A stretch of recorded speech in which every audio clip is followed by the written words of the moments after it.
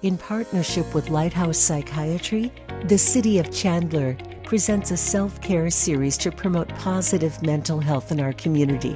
This is It's Okay to Not Be Okay. Hi, my name is Chung. Today, we're really happy to have Jordan and Carlos here to talk about their story. So let's go right into this, your experience, Jordan. So why don't you share your story with us? All right. I'm obviously not going to go into much detail because surprisingly, a lot has happened in 17 years.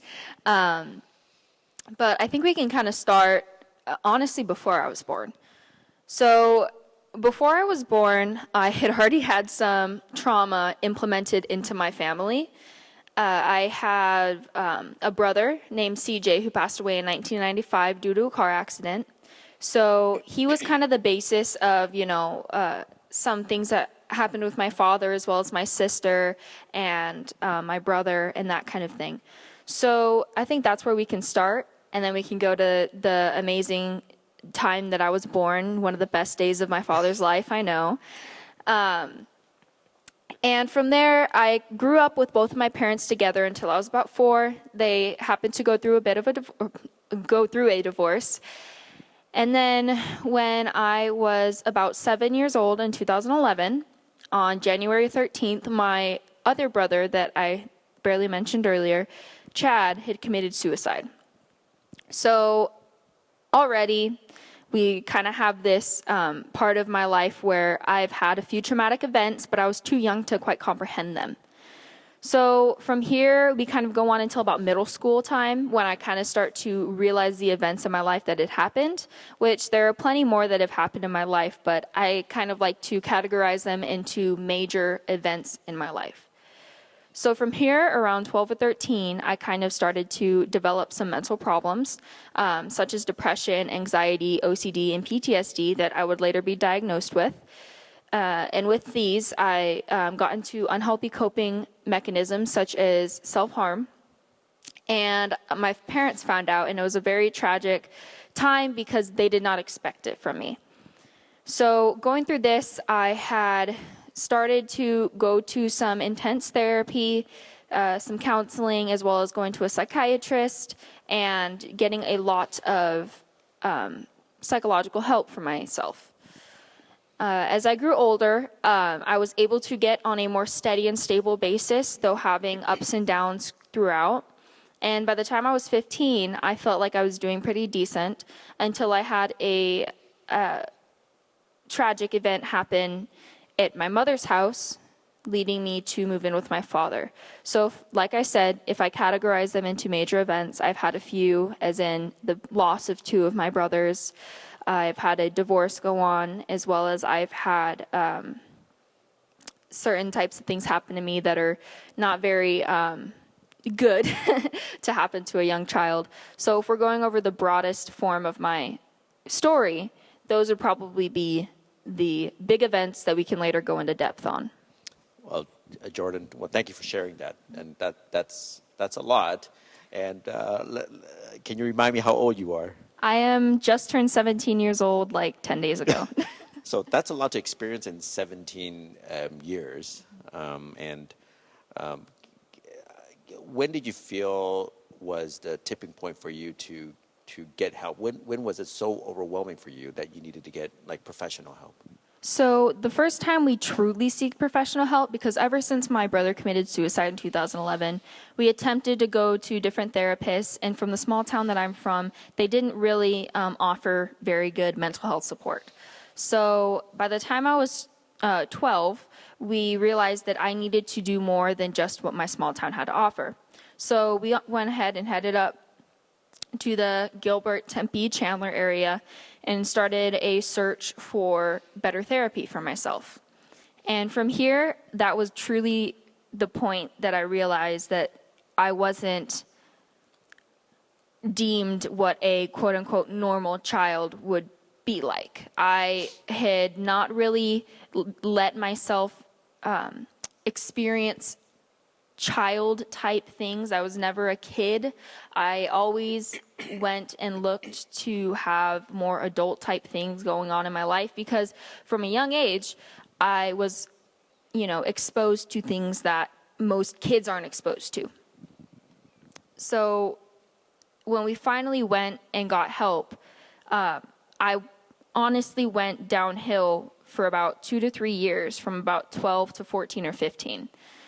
Those were really rough years. Not only, am I becoming a teenager and that kind of thing, but I had a lot of things going on, and I didn't really know how to cope with it in a healthy way. So we started around there, but I didn't find my true amazing therapist until about when I was 13 or 14. And what was the impact that your therapist had on you that really changed your life? And I ask that because finding the right therapist is important, right? Finding the right fit is important. So, for anybody who's looking for a therapist, what was the most valuable piece of that relationship you had with your therapist? Well, everyone's different when it comes to therapists. My therapist could not be your perfect therapist, but for me, it was how honest she was. The best part about my therapist is that when I tell her something, when I say, hey, here's my point of view from a situation, she says, all right, cool, let's look at their point of view. And then let's look at their point of view. And so we get a whole story going. She isn't just someone that says, oh, I'm sorry that happened to you, that kind of thing. She's honest, and she helps me find a solution to a problem. And I am already a really big problem solver, but when it comes to things that touch me in a personal sense, I start to get more emotional and not able to comprehend my thoughts in a logical way.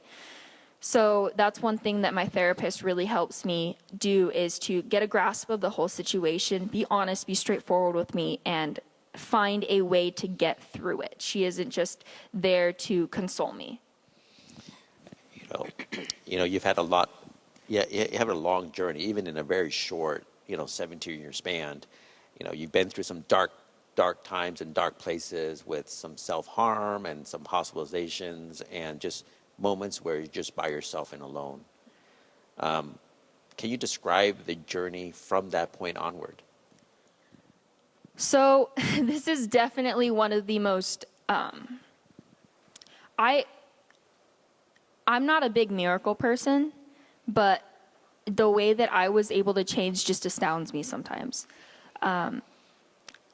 Honestly, what happened was I had a few traumatic events build up, and I was just stuck in that rut, stuck in that hole, and I could not get out until I had one thing that completely flipped and changed my life. I mean, I moved into my dad's house. I stopped talking to half the people that I spoke to in a day. I mean, everything changed in literally a span of 6 hours. And somehow, I don't know how I did it, honestly, and I wish I could give that answer, but I can't. Somehow I just went from my own self-pity party to saying, okay, I'm not going to get anywhere like this. I'm not going to be the person that I want to be, do the things that I want to do if I'm just sitting here feeling bad for myself. And honestly, it was just one day I just realized, yeah, my life is kind of crappy. It kind of sucks sometimes. And, that's just how it is, and I can't change that. I can't change the fact that I have chemical imbalances in my head that make me feel things stronger than the average person would. I can't help the fact that I've had past trauma that some people that are in their adult lives have never even experienced. I can't help that, but what I can help is my future and the things that I'm going to work towards. I just went from feeling bad for myself to just completely doing everything I possibly could in my own personal will to be able to be the person that I wanted to be and do the things that I wanted to do. Part of your recovery or journey into this, amazing self that you are now is your dad, right? You moved into, his house, right? And you begin to create a connection with him again. Carlos, how does it, what is your experience and your journey in helping your baby go through this, challenging experience? Well, I don't know how much I really helped her versus more supporting her, because to be quite honest with you, the way I was raised, you know, you can say I'm a bit old-fashioned in a lot of ways, but I was just raised that you ignore these kind of problems. Oh, it's not that bad, or it's you're taught to you got a good life. You've got this, you've got that, so you shouldn't be feeling that way. And so I don't really know if I helped her. I do know that her journey has helped me in a lot of ways, realizing the things that I need to realize, versus, or, just in, looking at myself and what I need to change. But I can tell you as a parent, the most difficult things for me in the beginning was almost like a form of embarrassment, because your kid is supposed to be normal. And she's perfectly normal. She's beyond normal, but she just had a few hiccups is the best way I can explain it. And so I really didn't know how to handle them because I have not had experience in that. And then of course I was always on edge because burying two sons really changes the outlook in a parent's life. Being the way I was raised, when you don't have no one to carry your name on when you're done because they've died and passed away, it just throws a lot of things into me. So that's why I go back to, I think she helped me more than I ever helped her, just by supporting and recognizing, her issues. I had a lot of the same issues. So it was my first couple of years of dealing with this, being a dad. Dads aren't as maybe understanding or I don't know what I'm trying to say as a mom would be. So it was a bit difficult for me trying to, to really bury myself in and figure out what I needed to do as her father. And then you always have, like I'd mentioned, is it a form of embarrassment or, you're lost, and in mental health, I've learned over the past few years is that it's something that there's a definite need,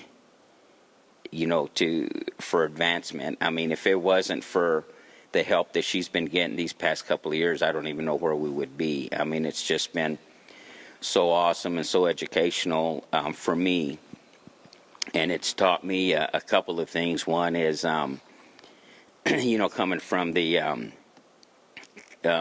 country lifestyle that we live, where we're supposed to be, bred and born to be tough, and you don't feel no pain. You're supposed to ignore the pain. And we can ignore the pain physically in our bodies, but when it comes to mental pain and stuff, that's a whole different ball game. And I've learned a few things, and one of the things is I'm not afraid to share with my friends, especially my cowboy friends, when they might be having them type of issues or their kids, because it's something that people really need to know about, because there is help out there. There is good help out there. And, when I look back at my life, burying my oldest son from a car accident, and then burying my youngest son from suicide, there's a big range here. Two different types of grieving, two different types of sorrow to handle, and so on and so on. And when you couple with what's going on with Arena, or Jordan, as everyone out in public knows her as, it was a tough mix for me, an extremely tough mix, figuring out what. But so, as a parent, it's hard, but you really need to get out there and seek the help and get the right help for your child or for yourself. I just want to say that I think as a father, as a parent, and as a daughter, I think you guys have done an amazing job helping each other and being each other's Thank you. support. Just like what you do and share with your cowboy friends. I think you, Jordan, are doing the same thing. With other other individuals in your age group that experience very similar trauma and experience. What is the best advice you can give people that you are going through the same thing that you may be going through? What advice do you have for them? My biggest thing, especially for my age group, is to realize which battles are worth fighting and which battles are not worth fighting, which is a very, very fine line that a lot of people cannot realize a lot of the times, even into their adult life. There are some things in life that you can control. I was taught by a school counselor one time a wonderful analogy. The biggest thing that a lot of people have trouble with is control. And everyone has what you call your circle of control.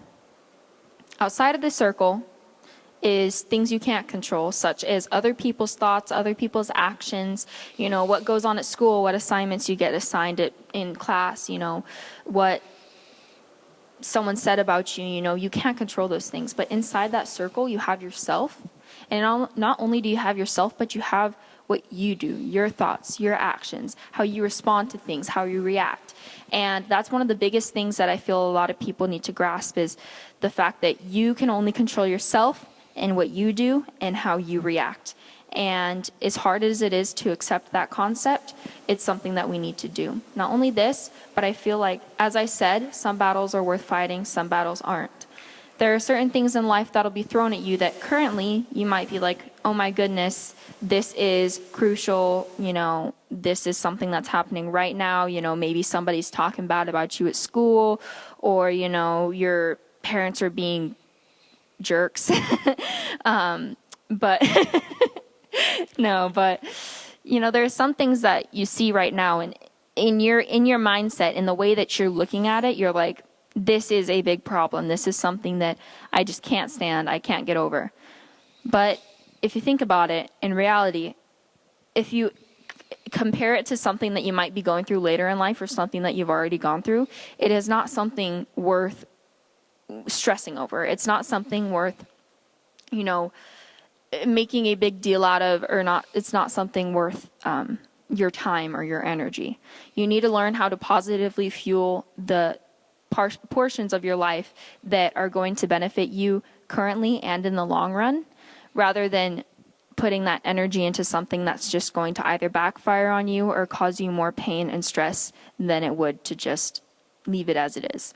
So that's one thing that I really want to say is choose your battles, pick wisely, and put your energy into things that you know are going to positively benefit you.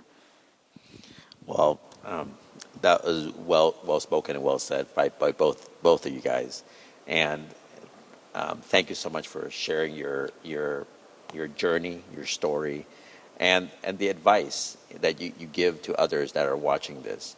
I think the takeaway is get help. Be okay with embracing the challenges and having your own my story. So today, thank you so much for sharing the my story, and good luck to both of you guys. Thank you for having us. Thank you.